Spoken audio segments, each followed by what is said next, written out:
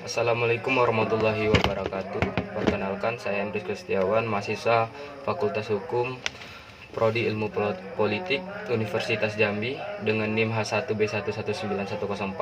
Di sini saya akan menjelaskan penelitian kuantitatif saya yang berjudul Pengaruh Sosial Media Terhadap Tingkat Kepercayaan Bergaul Siswa.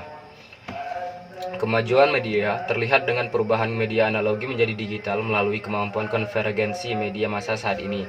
Alhasil merubah wajah dan peradaban manusia yang semula lambat dan perlu proses yang lama menjadi begitu mudah dan cepat. Dipahami bahwa dunia saat ini sudah masuk era 4.0 dari era 3.0 dan 2.0, di mana informasi sudah terbagi dan tersimpan di dalam sistem data besar yang dinamakan awan.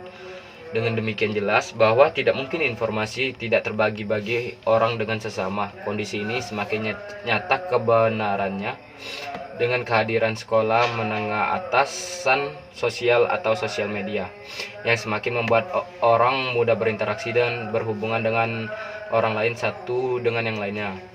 Keberadaan sekolah menengah atasan sosial sebagai wahana bersosialisasi dengan sahabat, keluarga, relasi seolah-olah membuat orang semakin dekat dan akrab satu dengan yang lain. Sudah banyak sekolah menengah atasan sosial yang digunakan oleh pengguna seperti Facebook, Twitter, Instagram, dan lain-lain.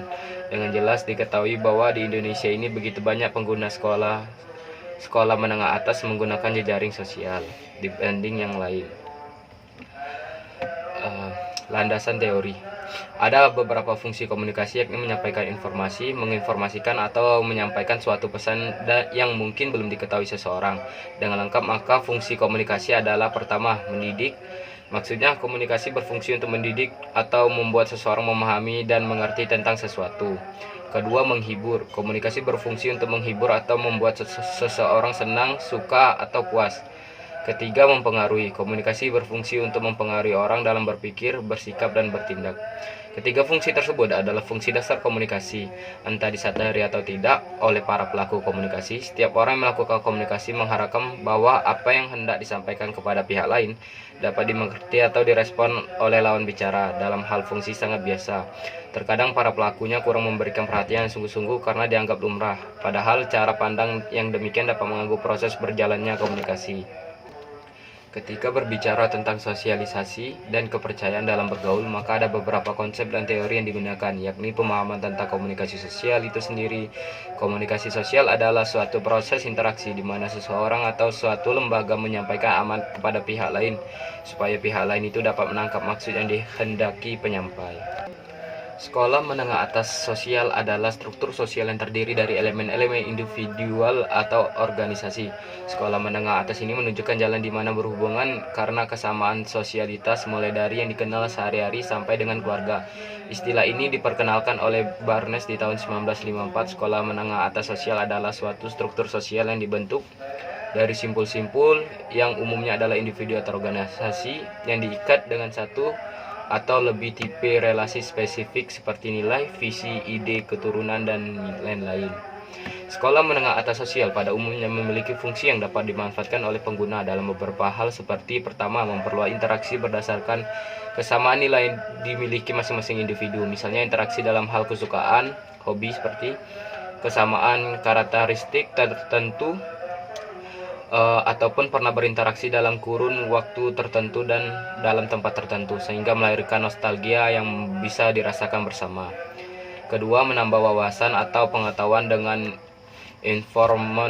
information atau sharing dan komen, misalnya pencurahan ide yang bisa diedit secara bersama melalui fasilitas komen dan atau jawaban dari masing-masing catatan.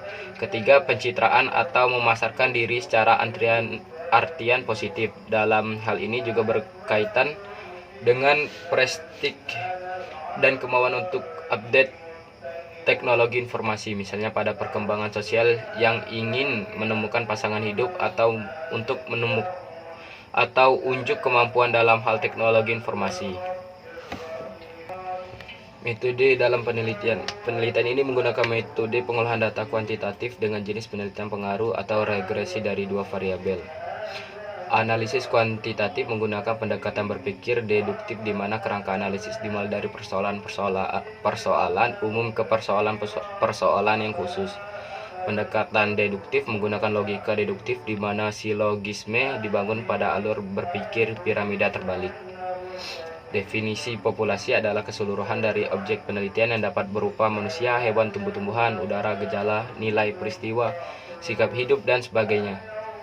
Sehingga objek-objek ini dapat menjadi sumber data penelitian. Kemudian ada populasi dan sampel.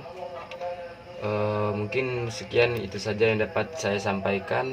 Lebih dan kurang saya mohon maaf. Wabillahi taufiq wal hidayah. Wassalamualaikum warahmatullahi wabarakatuh.